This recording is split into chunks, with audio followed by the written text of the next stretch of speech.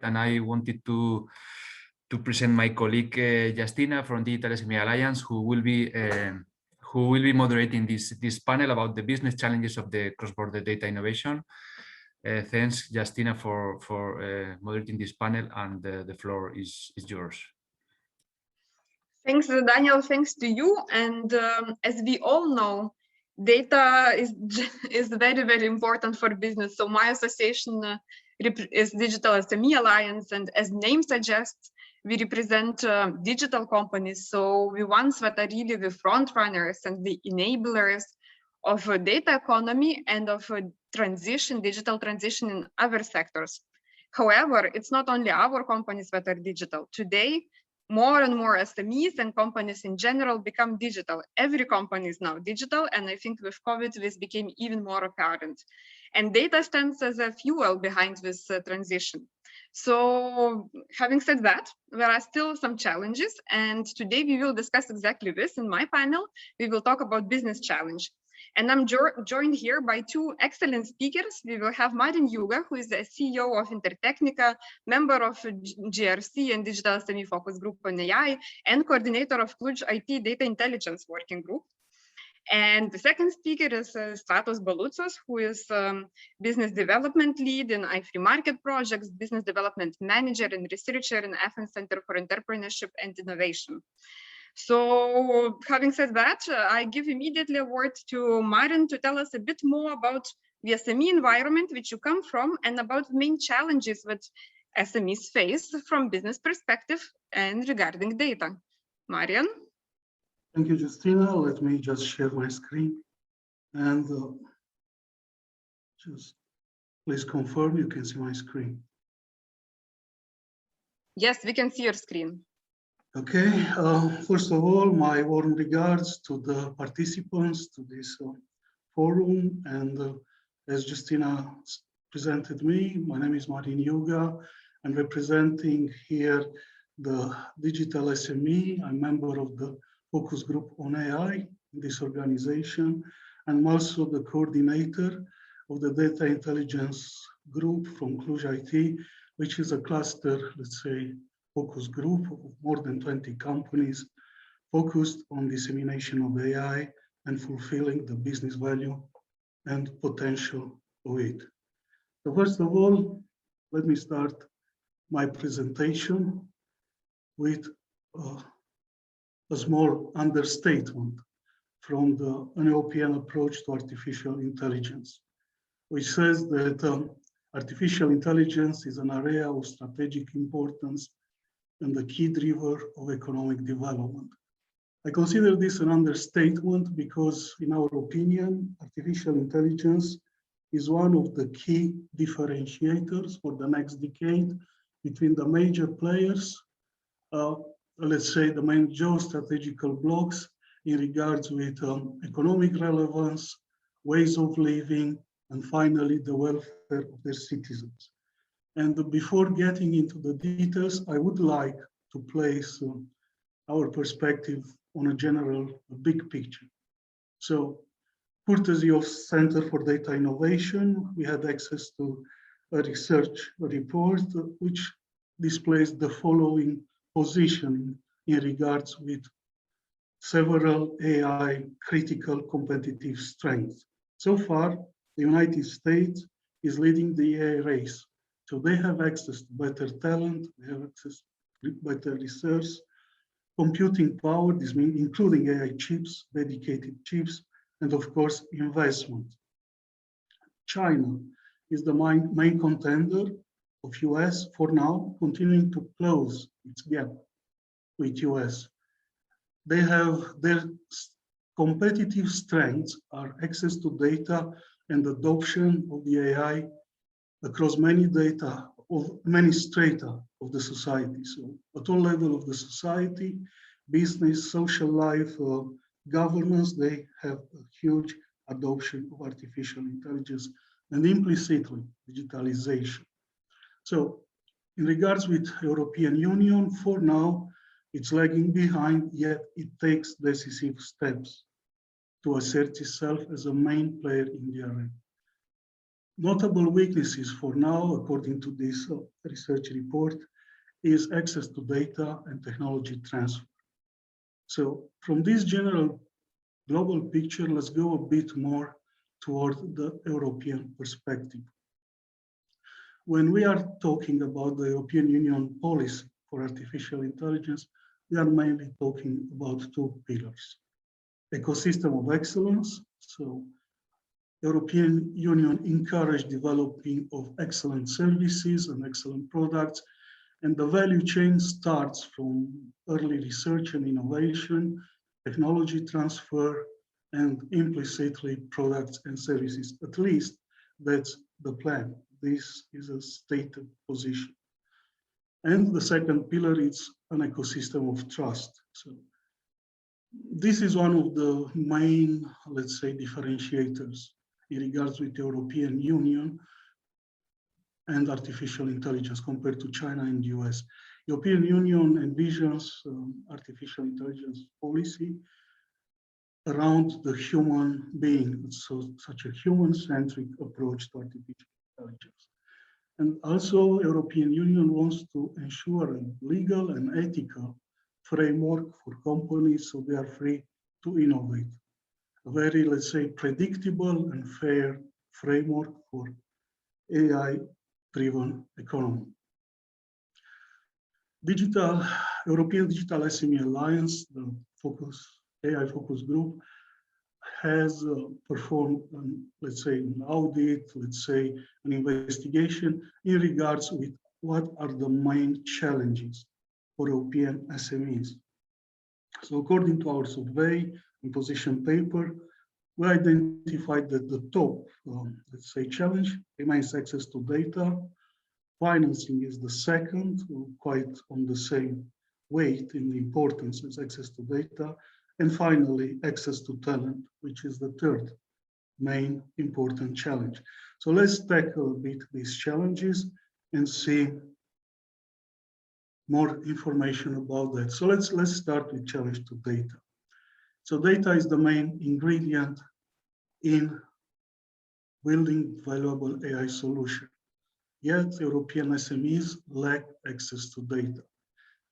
Let's look in a bit more detail at this challenge. So far, we can see that historically, the digitalization in the European Union economy was slower, and it came later compared to US and China.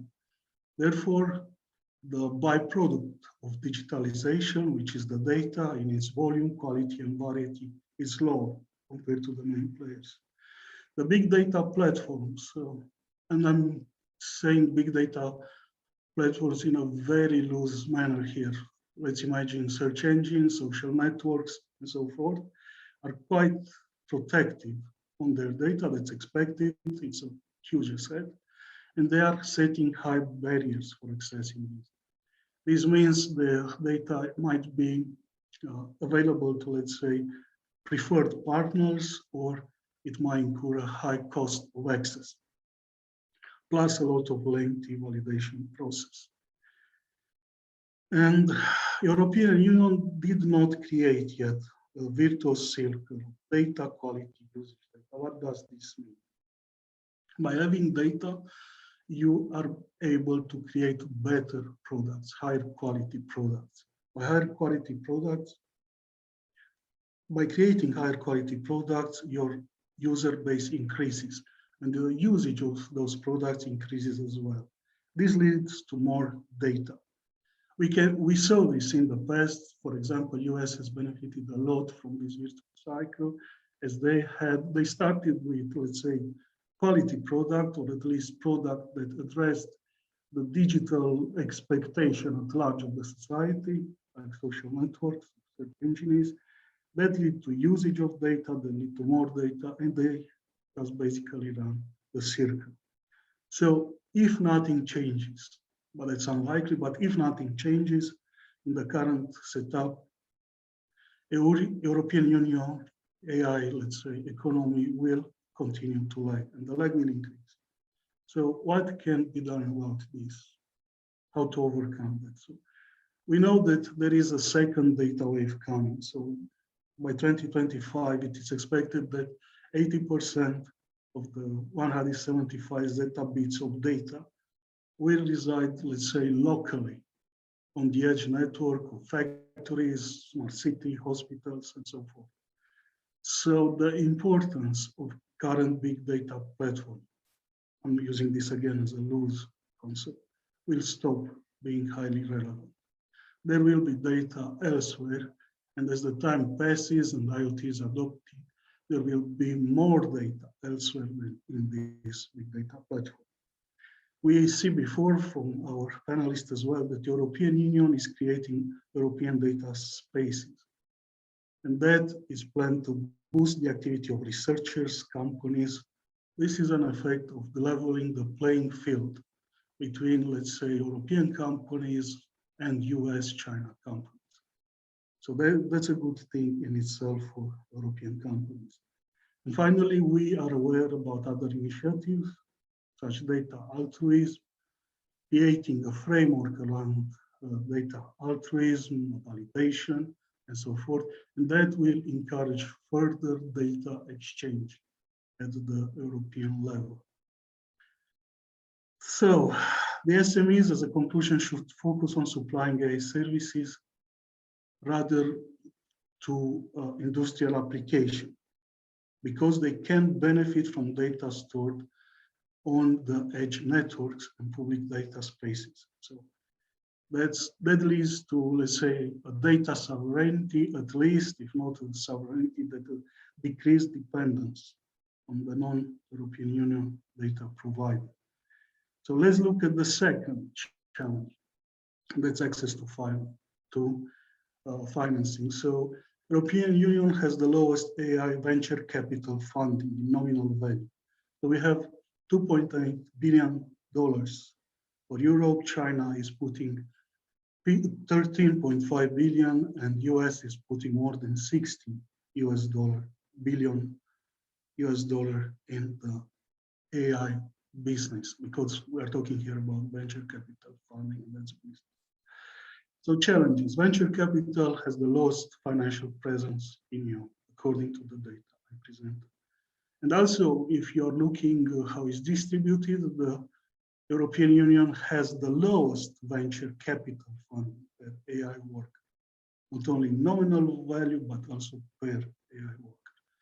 So accessing the EU fund, that's a feedback I got from our group as well. It's a complex and lengthy process.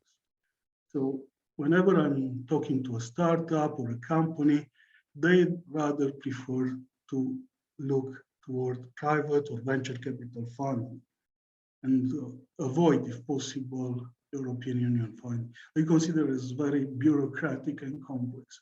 So even if there are money on the table, let's say for European AI funding, those money remain underused. So somehow the process has to change, maybe more easier. So I'm talking here especially about the Eastern Europe. The complexity of financing mechanism is very low. So it's very hard to, let's say, get financing or refinancing from banks and loans and so forth. The most, let's say, important source of funding in at least Eastern European startups remain either funds brought in by the founders or possibly venture capital fund. Unfortunately, it's still perceived here that European access to European funding is a lengthy, complicated process and avoidable. So what are the possible strategies? So we know about the InvestEU program that plans to trigger about more closely to 400 billion euros in investment. So that's something that we are looking forward. We know that there is a significant budget on the table, and we know that most part of this budget is toward digitalization, and part of the digitalization is AI. The European Data Innovation Hub organization have also the responsibility to connect AI companies with their consumers, and also ensure the convergence of the investment streams. So The European Data Innovation Hubs are organizations which will basically play, in a way, let's say, the broker role between the AI supply and the AI demand, and between those who have the money and those who have the knowledge or ability to create solutions. So that could be another way to bridge this gap. So the third thing is we know that the European Union intends to create public-private partnership. So we are talking here about possible co-development and co-investment in the area of artificial intelligence. So as a conclusion, EU financing programs are aimed to increase the funding available to companies. That's at least a planned state position. Interestingly, and that's something I discussed with people representing some venture capitals, especially the Eastern Europe AI startups are highly undervalued. This means that, let's say, for the same quality of an AI solution, it's cheaper to do it in Cluj, for example, than, let's say, Boston or Berlin. And that creates an attractive environment for venture capital. Finally, let's look at the third challenge, and this is the access to talent. So AI is still relying on human talent. So we are far from automatizing everything in artificial intelligence. So in 2019, German companies spent an average of 6 months of headhunting to fulfill their technical positions. And we are talking here about Germany, where access to talent is much easier than other countries. So we know that most of the top talent is still located in US. So top quality papers are coming from US. Highest volume from China, somehow it's expected. As a, let's say, good thing for Europe, the ratio between high quality research paper and total volume of paper is closer to the US. So we know that the quality of research, possibly development in the European Union, is on par with that on US. However, it's much lower in volume. The second challenge related to talent, the technology transfer process are not effective. So there is good knowledge about AI, about, let's say, data modeling, data transformation, and in universities and research centers. But that knowledge, at least in Eastern Europe, stays there. It is not diffused to the market. There is a huge gap between the knowledge and capabilities that can be built and the capabilities that are really available to companies. And we are speaking here about, let's say, a wide area of, let's say, public level. So dissemination of AI concepts at the public level is still low. Educational offer on AI domain being still limited in volume and depth. So we can see for sure, and again, I'm speaking about a local setting where we have more access, but the general public is not educated about the AI. There is a huge mythos around AI, a mix of expectations and, let's say, fear, but nothing really tangible. So the adoption of AI and implicitly the AI talent growth, it's still underused. The potential is not fulfilled. So what are the possible strategies to overcome this? We know that the European Union is ramping up educational programs relating the skill agenda. So relevant curricula are created to support digital transformation and implicit. It's AI. You can't have AI without a digital society. You can't have relevant artificial intelligence without digitalization. So again, we are looking forward to European digital innovation hub structures. They could ensure the diffusion of AI knowledge. They have basically the responsibility of test before invest. They have the responsibility to provide, let's say, dissemination, awareness to the general public and companies. So SMEs, at least, can orient better in the AI landscape. According to the... Marin, I'm really sorry to interrupt a very good overview we are having here, but if you could a little bit hurry up towards your conclusions. I know that there is indeed very little left, just reminding the time. Thank you. So the conclusion, we will look at 3 conclusions actually, and that would be all from my side. So regarding capitalization, regarding data, focus on capitalization of the second data. Use IoT edge network data. And keep in mind that healthcare, manufacturing, and automotive had the highest sectorial increases in digitalization during crisis. For a financing position, take advantage of the InvestEU program, and keep in mind that many organizations are undergoing a digital transformation process with will to adopt AI to be competitive. Regarding talent, diversify your business model, address lower skill services such as data collection, manipulation, and annotation.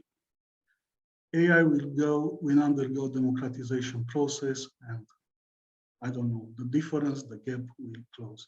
And finally, and this is the end, in regards with the difference between top performance and other performance, this is an orientation for the SMEs.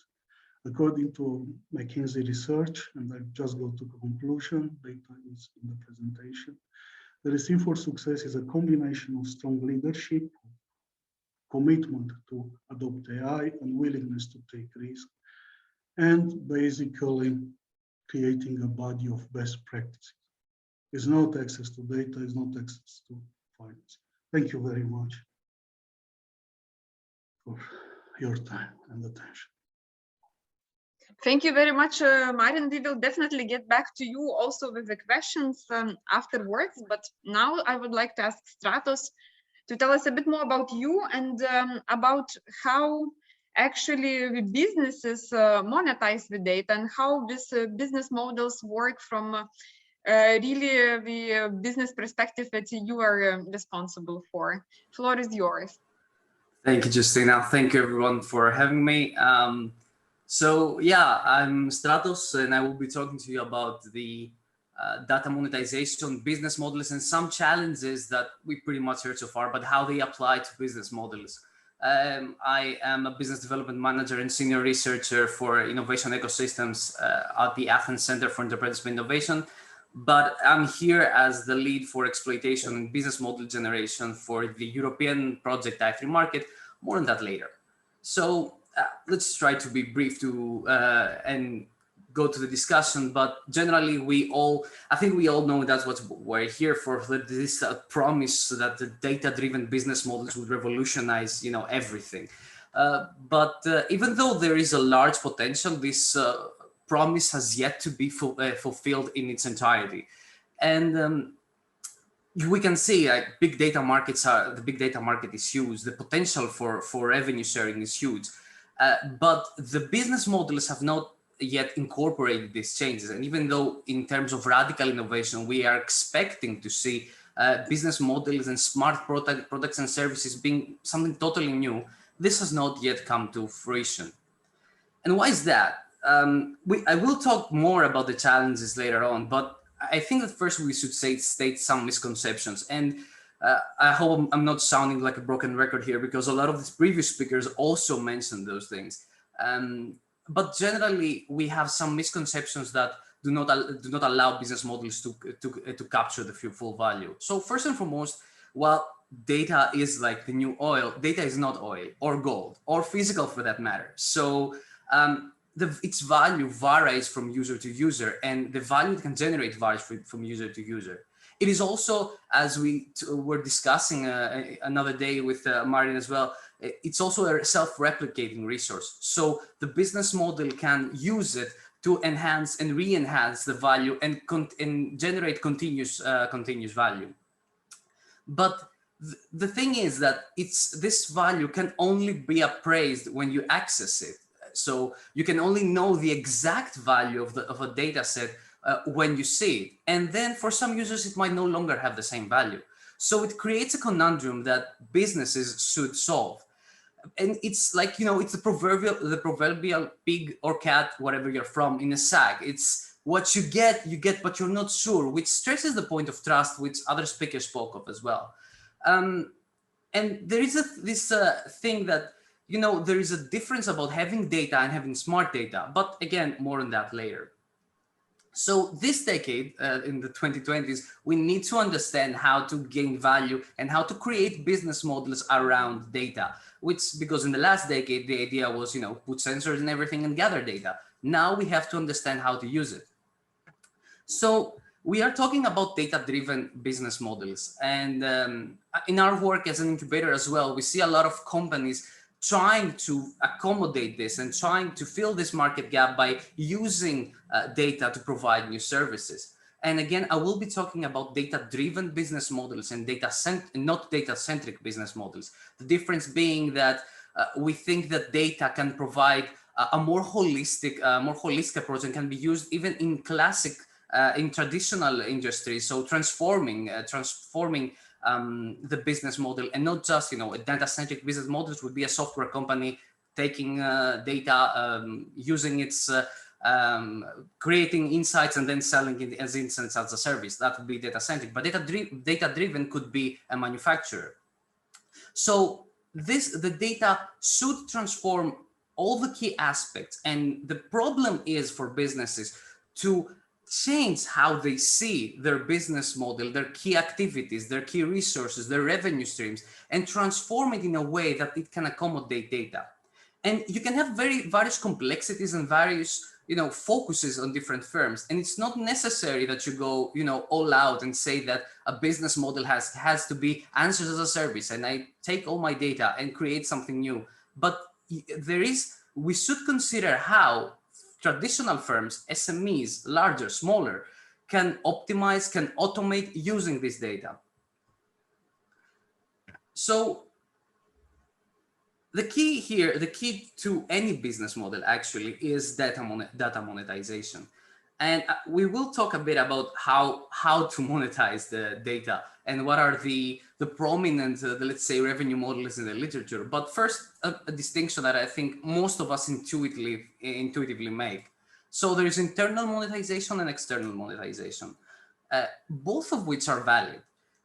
Internal monetization, we are leveraging the data to optimize our own services. So a company, again, let's take the example of a manufacturing firm, which is a very easy example to understand, would leverage the data that it has inside the company to make better processes, to produce faster and more effectively with less time between errors. Now, an external monetization is what data marketplaces are for, and what the current zeitgeist is going towards. External monetization would be to use your data and sell it, pretty much, to deal it to other third parties and generate a new revenue stream from there on, which is something that is at the same time revolutionary and also kind of simplistic. But before, again, we go to the data monetization per se, we have to understand that data value differs. And the problem with a lot of smaller enterprises, startups, SMEs, is that they envision data as a uniform thing. Like, I'm going to take data and do something with it.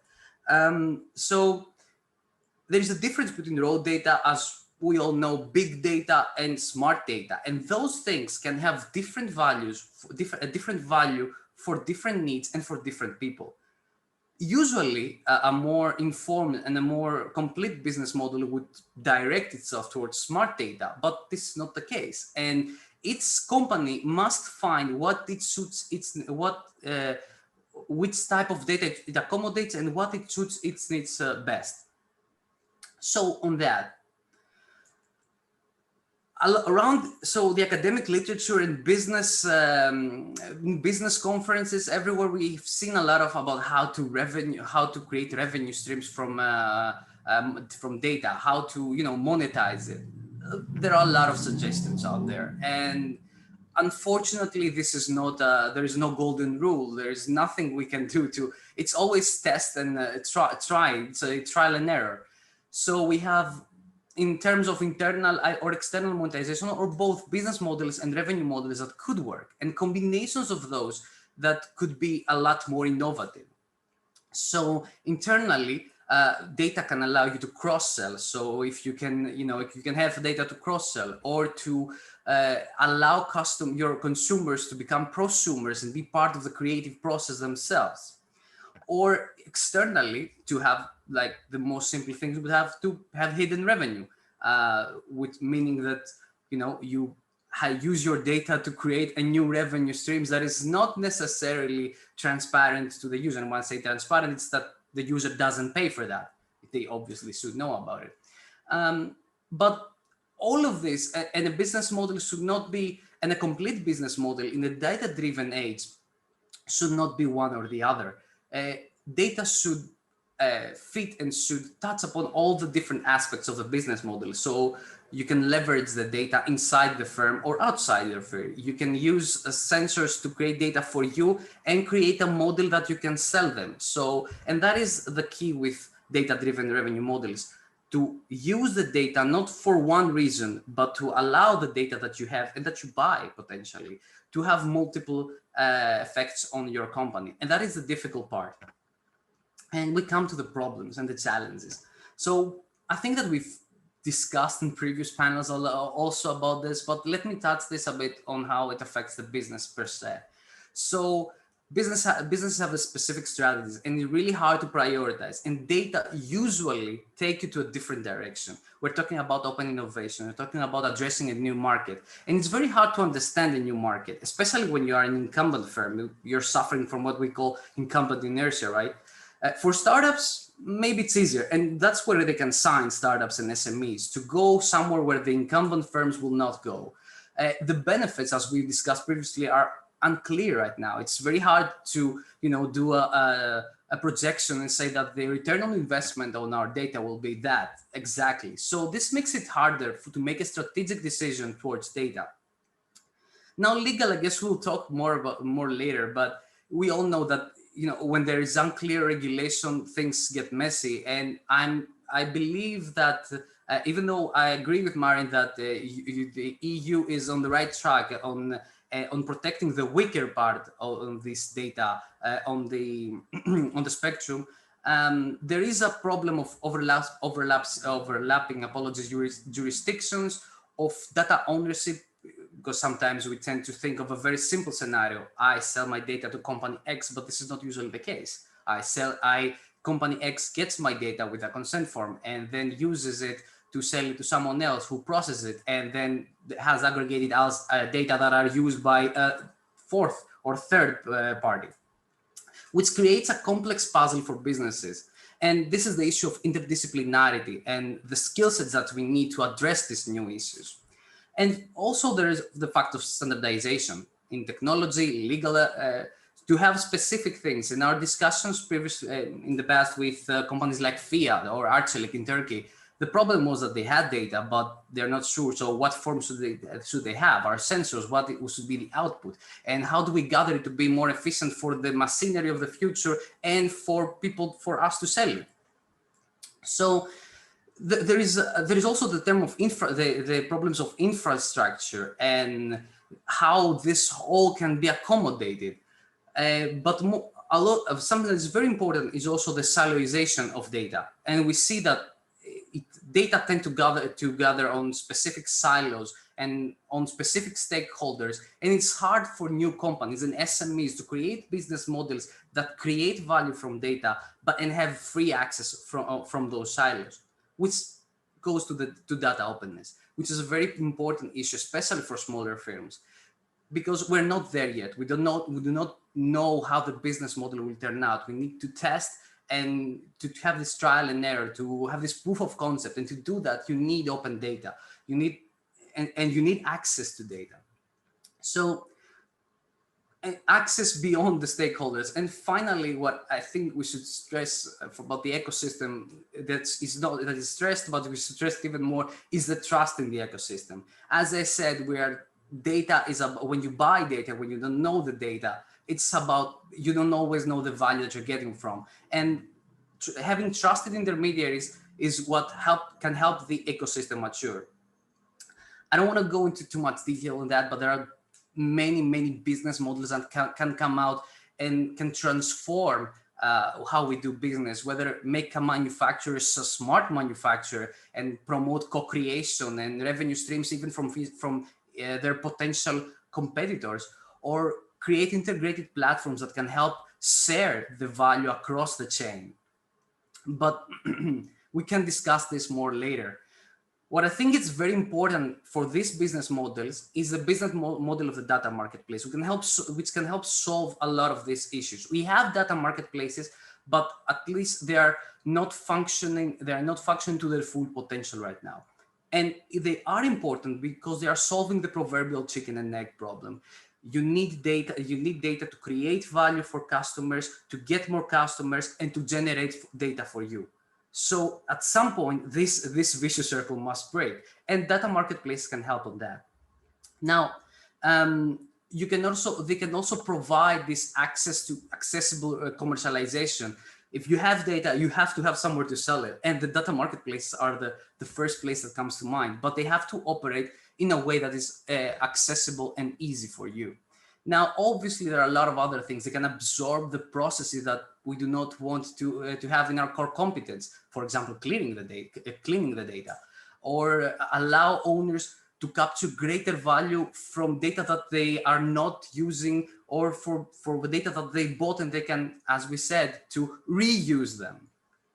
So generally, they allow for broader synergies, and focusing on that, regulating that, and creating functional business models and data marketplaces and business models for data marketplaces can be, at least for me, a driver for moving forward.